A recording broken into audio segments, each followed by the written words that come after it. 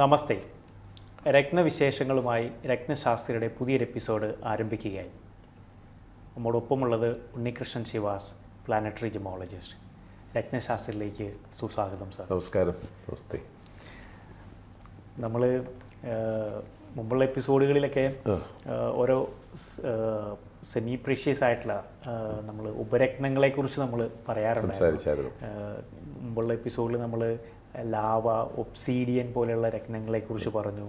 പിന്നെ ഒരു സ്വർണ്ണത്തിളക്കമായിട്ട് ഭൂമിയിൽ വെട്ടിത്തിളങ്ങുന്ന ഒരു രത്നത്തെക്കുറിച്ച് സാറ് കഴിഞ്ഞ എപ്പിസോഡിൽ പറയുകയുണ്ടായി. ഈ ഒബ്സീഡിയനെ കുറിച്ചൊക്കെ പറഞ്ഞപ്പോഴാണെങ്കിലും നമുക്ക് അതിനുശേഷം ഈ എപ്പിസോഡ് കണ്ടിട്ട് നമ്മുടെ പ്രേക്ഷകർ പറഞ്ഞിട്ട് ഈ ഒബ്സീഡിയൻ സാറ് പറഞ്ഞു ഒരു ഇൻഡസ്ട്രിയൽ പർപ്പസിന് വരെ ഉപയോഗിക്കുന്ന ഒരു രത്നമാണ്, അല്ലെങ്കിൽ അത് ഉപയോഗിക്കാറുണ്ടെന്ന് പറഞ്ഞു. അപ്പം അതിൻ്റെ വീഡിയോസൊക്കെ നമുക്ക് പലരും അയച്ചു കിട്ടി. അത് പലരും ഇത് ഫോളോ ചെയ്തിട്ട് പിന്നെ നെറ്റിലൊക്കെ പോയിട്ട് അതിനുമായിട്ടുള്ള കുറച്ചും കൂടെ അതുമായിട്ട് മാച്ച് ചെയ്യുന്ന വീഡിയോസൊക്കെ ഒരുപാട് നമുക്ക് തന്നെ അയച്ചു തരുന്നുണ്ട്. ഒബ്സീഡിയൻ കൊണ്ട് വെട്ടി പരിക്കേൽപ്പിക്കുന്നത് കത്തി പോലെ അതുകൊണ്ടാണല്ലോ ഇൻഡസ്ട്രിയൽ പർപ്പസിന് അത് ഉപയോഗിക്കുന്നത്. അതിൻ്റെയൊക്കെ വീഡിയോ അയച്ചു തന്നിട്ടുണ്ട്. ആരയച്ചാലും അവർക്ക് ഒരുപാട് താങ്ക്സ് ഉണ്ട്. ഇങ്ങനെയുള്ള ഇൻഫർമേഷൻ നമുക്കും കൂടെ പാസ് ഓൺ ചെയ്യുമ്പോഴാണ് നമുക്കും കൂടുതൽ അറിവ് കിട്ടുന്നത്. അപ്പോൾ ആൾക്കാർ അത്രത്തോളം ഇൻട്രസ്റ്റഡ് ആണ് ഈ രത്നങ്ങളെക്കുറിച്ച് അറിയാനും അതിൻ്റെ ഉപയോഗത്തെക്കുറിച്ചും. എല്ലാവരും ഇതിനെക്കുറിച്ച് ഒരു അന്വേഷണം നടത്തുന്നുണ്ട്. എന്തായാലും ഒരു നമുക്കുള്ളൊരു ഇൻഫോർമേഷൻ ആയിരുന്നു. അതെ. പൈറേറ്റിനെ കുറിച്ചും ഒക്കെ ആൾക്കാർ കാണണമെന്ന് ഞാൻ പറയുന്നത്. കൂടുതൽ വീഡിയോസ് കൂടുതൽ മനസ്സിലാക്കാൻ. പിന്നെ പ്രകൃതി നമുക്ക് തന്നിരിക്കുന്ന ഒന്നാമതൊരു ഗിഫ്റ്റ് അല്ലേ. അതിനെക്കുറിച്ച് പിന്നെ നാച്ചുറലായിട്ട് വരുമല്ലേ, അല്ലാതെ നമ്മൾ ഉണ്ടാക്കിയെടുക്കുമല്ലോ. അതാണ് ഇതിൻ്റെ വ്യത്യാസം. എനിക്ക് തോന്നുന്നു നമ്മൾ കഴിഞ്ഞ എപ്പിസോഡ് നമ്മൾ അവസാനിപ്പിച്ചും പറഞ്ഞൊരു കാര്യമുണ്ടായിരുന്നു. നമ്മൾ കർക്കിടക സൈനെക്കുറിച്ചാണ് നമ്മൾ ചർച്ച ചെയ്ത് വന്നുകൊണ്ടിരുന്നത്. അപ്പം അതിൽ ചൊവ്വയുടെ ഒരു കാര്യത്തെക്കുറിച്ച് നമ്മൾ ചൊവ്വ ഭയങ്കര വീക്കായിട്ടുള്ളൊരു അവസ്ഥയിലാണ്. അപ്പം ചൊവ്വയുടെ രത്നം അവിടെ ഉപയോഗിക്കുന്നതും വളരെ സൂക്ഷിച്ച് ഓരോ ആൾക്കാരുടെ ചാർട്ട് നോക്കിയിട്ട് വേണമെന്ന് പറഞ്ഞു. അതെ, ഉപയോഗിക്കാൻ പാടില്ല എന്നല്ല, ചില ചാർട്ടിൽ നമുക്കത് മാച്ചിങ് ആക്കി എടുക്കാൻ പറ്റും. എല്ലാവർക്കും ഇല്ല. ഇപ്പം കർക്കിടകത്തിൽ നിൽക്കുന്ന ചൊവ്വയുടെ രത്നം ഉപയോഗിക്കാമെന്ന് ഒറ്റ ചോദ്യം ചോദിച്ചാൽ ഇല്ലയെന്ന് നമുക്ക് പറയാൻ പറ്റത്തുള്ളൂ. എന്നാൽ അതിന് ബാക്കി പല കാര്യങ്ങൾ കൊണ്ട് ഉപയോഗിക്കാൻ പറ്റുന്ന ചാർട്ടും ഉണ്ട്. അത് നമ്മൾ ഓരോ വ്യക്തികളുടെ ചാർട്ട് നോക്കിയിട്ട് വേണം ആ ഒരു തീരുമാനത്തിലേക്ക് എത്താനായിട്ട്. അതുപോലെ തന്നെ നമ്മൾ പറഞ്ഞൊരു കാര്യമായിരുന്നു ഈ കർക്കിടക സൈൻ്റെ രത്നം എന്ന് പറയുന്നത് സാറ് പറഞ്ഞൊരു കാര്യമാണ്. അത് ഉപയോഗിക്കുന്നതിന് ഓരോ ഏജ് അല്ലെങ്കിൽ ആ ഒരു കാര്യം. സാധാരണ രത്നങ്ങൾക്ക് അങ്ങനെ ഒരു ഏജ് ഗ്രൂപ്പ് ഒന്നുമില്ല. ഒരു കുഞ്ഞിലേ ഒരു കുട്ടിക്കൊരു സ്റ്റോൺ കൊടുത്താൽ, ന്യൂ ബോൺ ബേബിക്ക് ഒരു സ്റ്റോൺ കൊടുത്താൽ ആ സെയിം സ്റ്റോൺ തന്നെയായിരിക്കും അത് ലൈഫ് ടൈം ഉപയോഗിക്കുന്നത്. പക്ഷേ അത് വളരുന്ന കുറച്ചുകൂടെ പ്രായമാകുകയൊക്കെ ചെയ്യുമ്പോൾ അതിൻ്റെ ക്യാരക്ടേജ് നമുക്ക് കൂട്ടാം, വ്യത്യാസം വരുത്തിയൊക്കെ ചെയ്യാൻ പറ്റും. കൊച്ചുകുട്ടികളാകുമ്പോൾ അതിനനുസരിച്ചുള്ള ഭക്ഷണക്രമവും അങ്ങനെ തന്നെയാണല്ലോ, അപ്പോൾ അതിനനുസരിച്ച് അത് കൂട്ടാം. എന്നാൽ ഈ പേൾസ് യൂസ് ചെയ്യുമ്പോൾ ഉള്ള പ്രശ്നം എന്ന് പറയുന്നത്, ഈ പേളിനകത്ത് നല്ല തണുപ്പാണ്, വാട്ടർ എലമെൻ്റാണ്, കടലിൽ നിന്ന് കിട്ടുന്ന മുത്തുച്ചിപ്പിയിൽ നിന്ന് കിട്ടുന്നതാണ്. അപ്പോൾ ഈ പേൾസ് നമ്മളിപ്പം ചെറുപ്പത്തിൽ ഒരു ടീനേജിലൊരു പെൺകുട്ടി ഇത് ഉപയോഗിച്ച് വരുന്നു, അല്ലെങ്കിൽ ഒരു ആൺകുട്ടി ഉപയോഗിക്കുന്നു, അത് ആ പേള് തന്നെ ആയിരിക്കും. ഇപ്പം നമ്മൾ സ്റ്റോൺസ് സജസ്റ്റ് ചെയ്യുന്ന രീതി ഒരു മെത്തേഡുണ്ട്. മെത്തേഡ് അനുസരിച്ചിട്ട് ഇതിന് ദശാകാലങ്ങളൊന്നും ഇതിനകത്ത് ബാധകമല്ല. ഇപ്പം നമ്മളൊരു എമറാൾഡിൻ്റെ ഒരു കല്ല് ഒരാൾക്ക് കൊടുത്താൽ, സാർ ഇത് ബുധൻ്റെ കല്ലാണല്ലോ, ഞാനിപ്പോൾ ശനി ദശയിൽ കൂടെയാണല്ലോ പോകുന്നതെന്ന് ചോദിക്കാറുണ്ട് പലരും. ഇപ്പം ദശാകാലം ഇതിനകത്ത് ഒരു ബാധകമല്ല. പിന്നെ ഈ കല്ല് നമുക്ക് ഏത് ദശാകാലം വന്നാലും ഞാൻ സജസ്റ്റ് ചെയ്യുന്ന കല്ല് ഒരിക്കലും നമുക്ക് മാറ്റേണ്ട ആവശ്യമില്ല.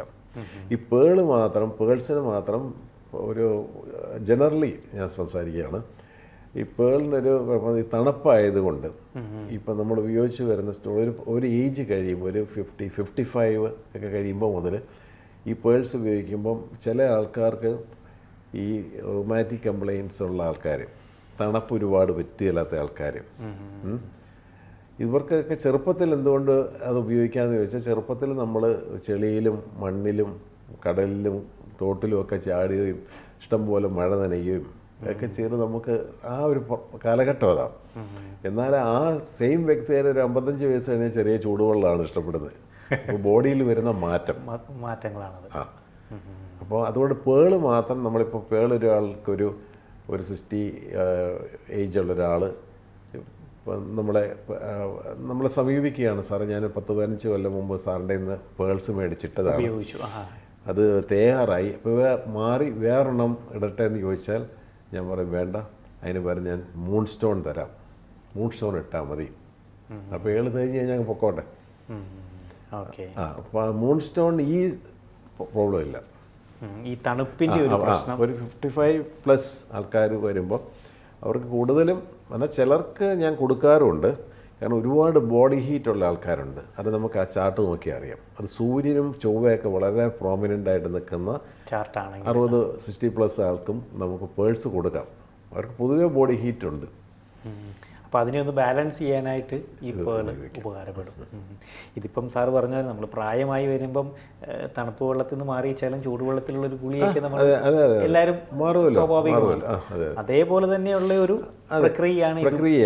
ഇത് തന്നെയാണ് സ്റ്റോണിനകത്തും സംഭവിക്കുന്നത്. അപ്പോൾ ആ സ്റ്റോണിൻ്റെ നേച്ചർ എന്താണെന്നുള്ളതാണ് നമ്മൾ മനസ്സിലാക്കേണ്ടത്. ഈ സ്റ്റോൺ ഹീറ്റ് പ്രൊഡ്യൂസ് ചെയ്യുന്നതാണോ അതോ ഇത് തണുപ്പ് കൂടുതലുണ്ടാക്കുന്നതാണോ? അപ്പോൾ സ്പടിയും കോട്ട്സൊക്കെ വരുമ്പോൾ തണുപ്പ് അതിനകത്ത് അത് നമുക്ക് നല്ല തടിയും ഓവർ വെയിറ്റും ഒക്കെ ഉള്ള ആൾക്കാർക്ക് നമുക്ക് ഒരു സ്പടികത്തിൻ്റെ മാല ഇടാം, ഒരു കുഴപ്പമില്ല. അക്വാമറൈൻ ഉപയോഗിക്കാം. അപ്പോൾ ഇതിനൊക്കെ ഉള്ള കല്ലുകൾ പ്രകൃതി തന്നിട്ടുണ്ട്. അത് നമ്മൾ നോക്കിയും കണ്ടും ചെയ്യണമെന്ന് മാത്രമേ ഉള്ളൂ, ചുമ്മാ മേടിച്ചിടരുത്. കൃത്യമായിട്ട് നമ്മളതിനെ വിശകലനം ചെയ്ത് പിന്നെ ഒരു സ്റ്റോൺ നമ്മൾ ഉപയോഗിക്കുമ്പം നമുക്ക് ഒരു പർട്ടിക്കുലർ ഒരു കാര്യത്തിനല്ല നമ്മൾ ഉപയോഗിക്കുന്നത്. ഞാൻ കൊടുക്കുന്നതും അങ്ങനെയല്ല, ലൈഫ് ലോങ് ആണ്. ഇപ്പോൾ ഈ എക്സാം, ഈ ഇൻ്റർവ്യൂവിന് അങ്ങനെ സ്റ്റോൺ ഇല്ലല്ലോ, അങ്ങനെ സ്റ്റോണേ ഇല്ല. ഞാൻ പറയാം അങ്ങനെ സ്റ്റോണേ ഇല്ല. നമ്മൾ സ്റ്റോൺ എന്ന് പറയുന്നത് ഒരു ഗ്രഹത്തിൻ്റെ റെപ്രസെൻ്റ് ചെയ്യുന്നത്. ഈ ഗ്രഹം പല ഹൗസസിനെ പ്രതിനിധീകരിക്കുന്നുണ്ട്. ഉദാഹരണം ഫസ്റ്റ് ഹൗസ് എന്ന് പറയുന്നത് ഇപ്പം ധനു ആണെന്ന് വിചാരിക്കുക ഒരാളുടെ ഫസ്റ്റ് ഹൗസ്, അസെൻഡൻറ്റ് ലഗ്നം ഫസ്റ്റ് ഹൗസ് ധനു ആണെങ്കിൽ ആ ഫസ്റ്റ് ഹൗസിൻ്റെ ധനുവിൻ്റെ ആൾ വ്യാഴം നോക്കുന്നത് 5th ഹൗസിലേക്ക് പുള്ളിക്ക് റോളുണ്ട്, 7th ഹൗസിലേക്ക് പുള്ളിക്ക് റോളുണ്ട്, 9th ഹൗസിലേക്ക് പുള്ളിക്ക് റോളുണ്ട്. ഈ വ്യാഴത്തിൻ്റെ പ്രത്യേകത അത്. എല്ലാ ഗ്രഹങ്ങൾക്കും 7th ഹൗസിലേക്കൊരു വീക്ഷണമുണ്ട്. അപ്പോൾ ആ 7th ഹൗസിനും ഇവർക്ക് ഇൻഫ്ലുവൻസ് ഉണ്ട്. അപ്പോൾ ഒരു കാര്യം മാത്രമാണോ? അല്ല. ഷോർട്ട് ടൈം ആയിട്ടുള്ള എന്തെങ്കിലും ഒരു കാര്യത്തിന് വേണ്ടിയിട്ട് സ്റ്റോൺ വാങ്ങിച്ചിട്ടിട്ട് കാര്യമില്ല. നമ്മൾ ചെയ്യുമ്പോൾ അതൊരു മൾട്ടി വൈറ്റമിൻ പോലെ അത് ബോഡിയിൽ പ്രവർത്തിക്കുക ചെയ്യുന്നത്. ആ ഒരു കാഴ്ചപ്പാടോട് വേണം നമ്മൾ ഈ ഒരു രത്നധാരണത്തിലേക്ക് വരാനായിട്ട്. എനിക്ക് തോന്നുന്നു കൂടുതൽ വിശേഷങ്ങളിലേക്ക് നമുക്കൊരു ബ്രേക്കിന് ശേഷം തിരികെ വരാം.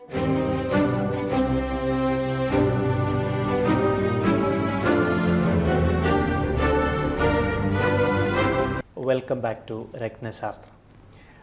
നമ്മൾ പറഞ്ഞു വന്നത് കർക്കിടക ലഗ്നത്തിൻ്റെ ആ ഒരു രത്നമെന്ന് പറയുന്നത് പേൾസ് എന്ന് സാറ് പറഞ്ഞു. പേൾ എന്ന് പറയുന്ന ഒരു പ്രഷ്യസ് കാറ്റഗറിയിൽ വരുന്ന രത്നമാണ് അല്ലേ? അതിൻ്റെ ഉപരത്നമാണ് നമ്മൾ ഈ മൂൺ സ്റ്റോൺ, ചന്ദ്രകാന്തം എന്ന് പറയുന്നത്. ചന്ദ്രകാന്തം എന്ന് പറയുന്നത് ഒരു റോക്ക് മിനറലാണ്. പേളെന്ന് പറയുന്നത് ഫുൾ കാൽഷ്യമാണ്, അതിനകത്ത് മിനറൽസ് ഒന്നുമില്ല. അതുകൊണ്ടാണ് ഇതിന് തേയ്മാനം സംഭവിക്കുന്നത്. അപ്പോൾ ചന്ദ്രകാന്തത്തിനുള്ള ഗുണം ഈ തേയ്മാനമില്ല, പിന്നെ ഇതേപോലത്തെ ഒരു തണുപ്പ് അതിനകത്ത് ഇല്ല.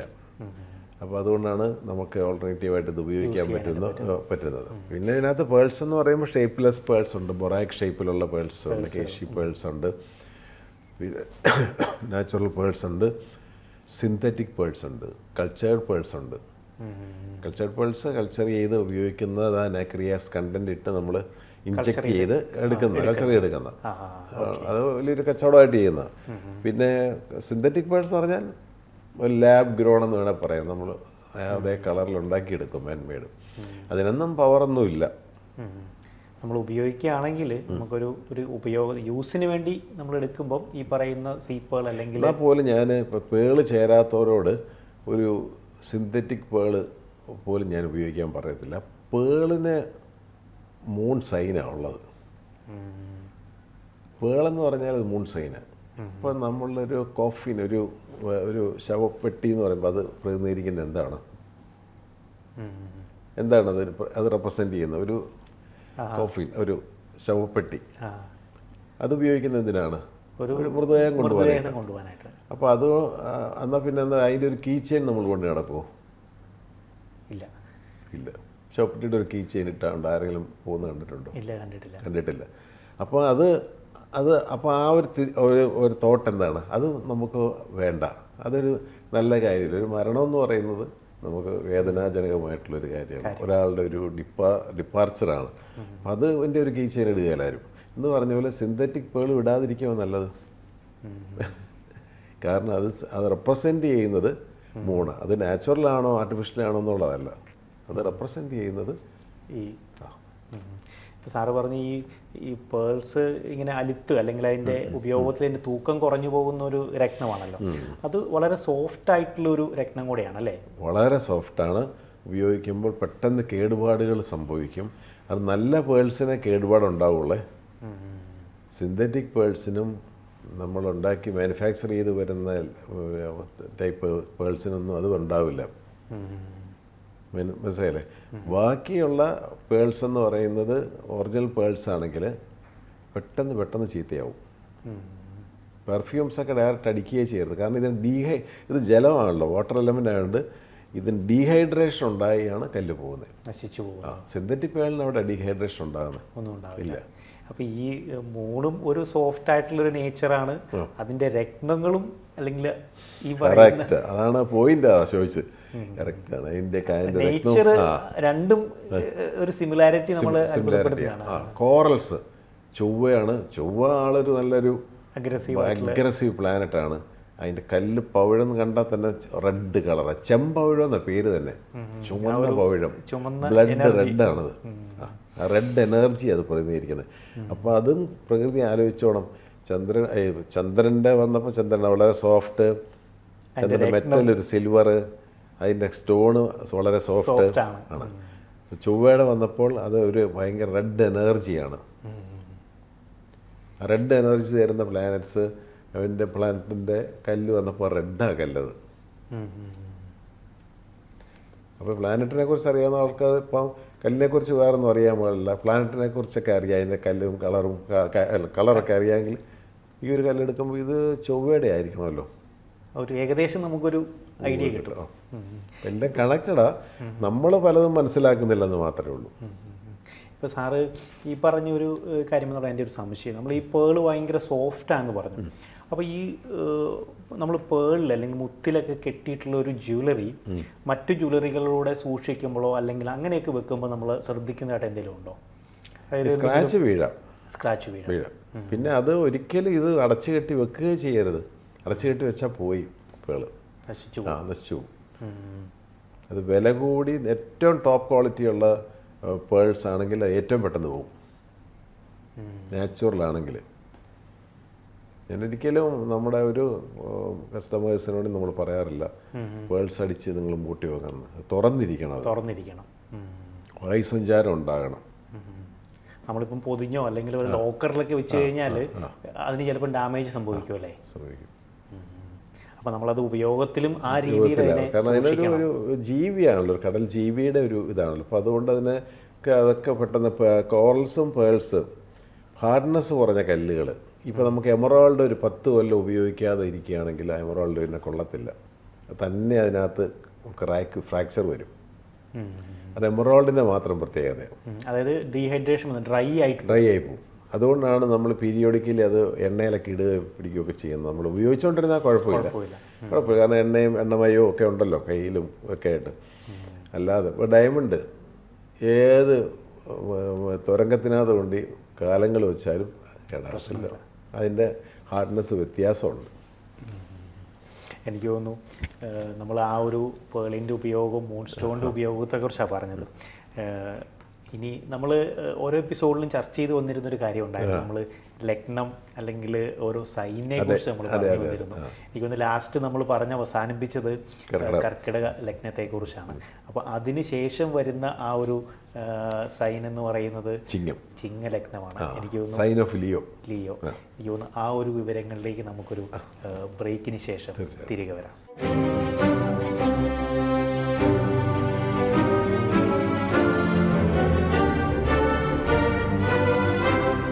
Welcome back to രത്നശാസ്ത്ര.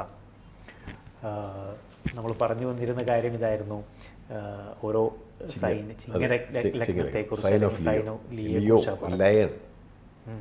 അതിൻ്റെ ഒരു സിമ്പിൾ തന്നെ ലയൺ. അത് 12 ഹൗസിലും ഏറ്റവും പവർഫുൾ ആയിട്ടുള്ള ഒരു സൈനാണ് ലിയോ സൈൻ. അതെ അതെ. സോഡിയാക് സൈനിൽ അത് 5th സൈനായിട്ടാണ് വരുന്നത്. അഞ്ചാമത്തേത്. അഞ്ചത് മനസ്സും കൂടെയാണ്. അതുപോലെ തന്നെ ആ ധീരതയാണ് കാണിക്കുന്നത്. ചിങ്ങലഗ്നക്കാരെന്ന് പറയുന്നത് വളരെ പവർഫുൾ, ജനറലി സ്പീക്കിംഗ് കേട്ടോ. ഇനി ഇതിനകത്ത് നമ്മൾ ക്യാരക്ടർ, ഞാൻ ചിങ്ങലഗ്നം സാറേ, പക്ഷേ എനിക്ക് എന്നും അസുഖമാണ് എന്നൊക്കെ പറയാൻ വരട്ടെ, അതിനൊക്കെ കാരണങ്ങളുണ്ട്. ഇപ്പം ഞാൻ ജനറലി ഇപ്പം നമ്മൾ ചിങ്ങ ലഗ്നക്കാരെ കുറിച്ചാണ് പറയുന്നത്. ജനറലായിട്ട് നോക്കുമ്പോൾ സിംഹലഗ്നം അല്ല സിംഹരാശി എന്നൊക്കെ പറയും, നമ്മൾ ചിങ്ങരാശി എന്ന് പറയും. അപ്പോൾ ഇതിനകത്ത് ആ കാണുന്ന സൈൻ പോലെ തന്നെ വളരെ പവർഫുള്ളായിട്ടുള്ള ആൾക്കാരായിരിക്കും ചിങ്ങലഗ്നക്കാർക്ക്. പൊതുവെ അവർ ആരോഗ്യ ദൃഢഗാത്രരായിരിക്കണം ഈ ചിങ്ങലഗ്നക്കാർ പൊതുവെ. കാരണം റെഡ് എനർജി അല്ലേ, സൂര്യനല്ലേ, സൂര്യൻ്റെ ഓൺ ഹൗസ് അത്. സൂര്യനാണ് ഇതിൻ്റെ ഒരു അധിപൻ, ഓണർഷിപ്പ് സൂര്യനാണല്ലേ? സൂര്യനാണ്. അപ്പോൾ ആ ഒരു സൂര്യൻ്റെ ക്യാരക്ടറിസ്റ്റിക്സ് ഒക്കെ ഇതിനകത്ത് ഉണ്ടാവും. സൂര്യൻ്റെ ഓൺ ഹൗസിലാണത് സൂര്യൻ നിൽക്കുന്നത്. അപ്പോൾ സൂര്യൻ ചൂടാണ്, പവർഫുള്ളായിരിക്കും, ഇയാൾ കുറച്ച് അഗ്രസീവായിരിക്കും. സൂര്യൻ ഒരു ഈഗോയിസ്റ്റിക് ആളായിരിക്കും. ഒരാളുടെയും കീഴിൽ വർക്ക് ചെയ്യാൻ ഇഷ്ടപ്പെടാൻ ഈ ലഗ്നക്കാർക്ക് ഒരു ബുദ്ധിമുട്ടുണ്ട്. ആരുടെയും കീഴിൽ വർക്ക് ചെയ്യാൻ അവർ ആഗ്രഹിക്കുന്നില്ല. കാരണം അവർക്കെപ്പോഴും റെക്കഗ്നീഷൻ ആണ് അവർ പ്രതീക്ഷിക്കുന്നത്. അതിന് താന്നോട്ടൊന്നും അവർ പോകത്തില്ല. അപ്പോൾ പൊതുവേ ഈ ആൾക്കാർക്ക് ബിസിനസ്സുകാരായിരിക്കും. കാരണം ഇവർ വർക്ക് ചെയ്യാൻ ആഗ്രഹിക്കാത്ത ആൾക്കാർ എപ്പോഴും ബിസിനസ്സിനെ കുറിച്ചായിരിക്കുമല്ലോ. സ്വന്തമായിട്ട് എങ്ങനെ തുടങ്ങുവാണെങ്കിൽ ആരുടെയും കീഴിൽ ചെയ്യണ്ടല്ലോ, ഈ ചിന്ത അവർക്കുണ്ടാവും. അപ്പോൾ പൊതുവേ ഫൈനാൻസ് നടത്തുന്നവർ, റെസ്റ്റോറൻറ്റ്സ് നടത്തുന്നവർ, ഫയറാണല്ലോ ഇത്. സൂര്യൻ തീയും ഇതാണല്ലോ, ആ പ്രകാശവും വെട്ടും, ലൈറ്റ്സ്. ലൈറ്റ് കച്ചവടക്കാരുണ്ട്. ഇപ്പോൾ നമുക്കല്ലേ ലൈറ്റ് ഫിറ്റിങ്സും അതും ഇതൊക്കെ ചെയ്യുന്ന ആൾക്കാരുണ്ട്, സോളാർ ചെയ്യുന്ന ആൾക്കാരുണ്ട്, ചൂടായതുകൊണ്ട് കുക്കിംഗ് ചെയ്യുന്നവരുണ്ട്, റെസ്റ്റോറൻറ്റിൻ്റെ ആൾക്കാരുണ്ട്. അതായത് ഈ ചിഗ്നലക്കാർ എല്ലാം ടോപ്പ് പൊസിഷൻ തന്നെ ആവണമെന്നില്ല. ഇല്ല അങ്ങനെയുണ്ട്. ചിങ്ങലഗ്നമാണെന്ന് വെച്ചിട്ട് എല്ലാവരും IPS IAS ആയിരിക്കണമെന്നില്ല. മറ്റ് ഗ്രഹങ്ങളും ഇതിനകത്ത് സ്വാധീനിക്കും. ഈ വ്യക്തിയുടെ ചാർട്ടിലെ മറ്റ് ഗ്രഹങ്ങളും അവരെ സ്വാധീനിക്കും. മറ്റ് ദശാകാലങ്ങൾ അതിനെ സ്വാധീനിക്കും.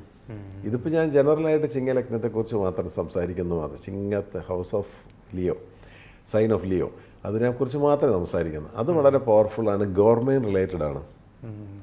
സർക്കാർ സ്ഥാപനങ്ങളിൽ ജോലി ചെയ്യുന്നത്, അതിൻ്റെ പവർ അനുസരിച്ച്, സൂര്യൻ്റെ പവറും ചൊവ്വയുടെ പവറും ഒക്കെ അനുസരിച്ചിട്ട് വിവിധ മേഖലകളിലായിരിക്കും. പക്ഷേ ഗവൺമെൻറ് റിലേറ്റഡ് ആയിരിക്കും, മിനിസ്ട്രി ആയിട്ട് റിലേഷൻ ആയിരിക്കും. ചിലർ പോലീസിലായിരിക്കും, ചിലർ കോർട്ടിൽ ജഡ്ജായിരിക്കും. ജഡ്ജ്മെൻറ്റിൻ്റെ ഒക്കെ ആളാണ് ഈ ഒരു ചിഗ്നലൊക്കെ. ഗവൺമെൻറ് റിലേഷൻ വരുന്ന എന്ത് കാര്യങ്ങൾക്കതും ആ സൂര്യൻ എന്തെങ്കിലും നീചസ്ഥിതിയോ, നീചമല്ല, എന്തെങ്കിലും മറ്റ് റോങ് കൺജക്ഷനൊക്കെ വരുമ്പോൾ കേസിൽ പെടും, ആള് കേസിൽ പെടും.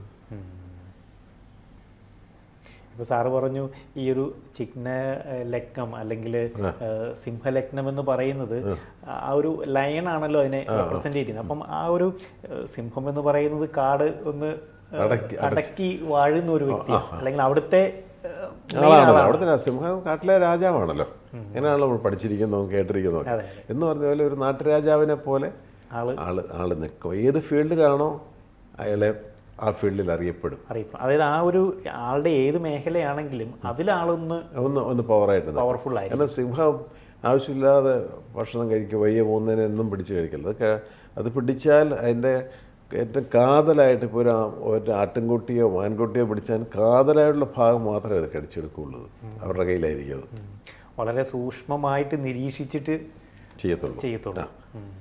അതൊക്കെ ഈ പറയുന്ന ഈ സിംഹലഗ്നക്കാരുടെ ഒരു പ്രത്യേകത. ഒന്നിൽ കൂടുതൽ ബിസിനസ്സും കാണും. ജനറൽ ആയിട്ട് നമ്മൾ ജനറൽ കാര്യങ്ങൾ സംസാരിക്കും. അത് തന്നെ, ഒന്നിൽ കൂടുതൽ ഇത് കാണും.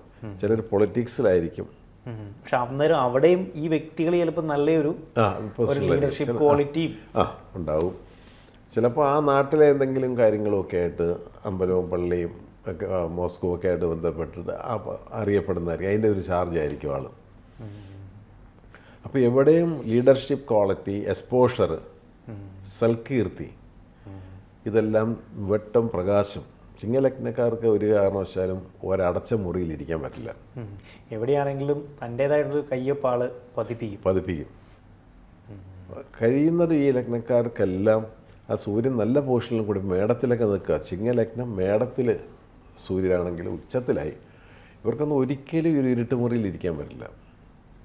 എത്ര ഉറക്കളച്ചിരുന്നാലും അവർ വെളുപ്പാകാലത്ത് എഴുന്നേക്കും.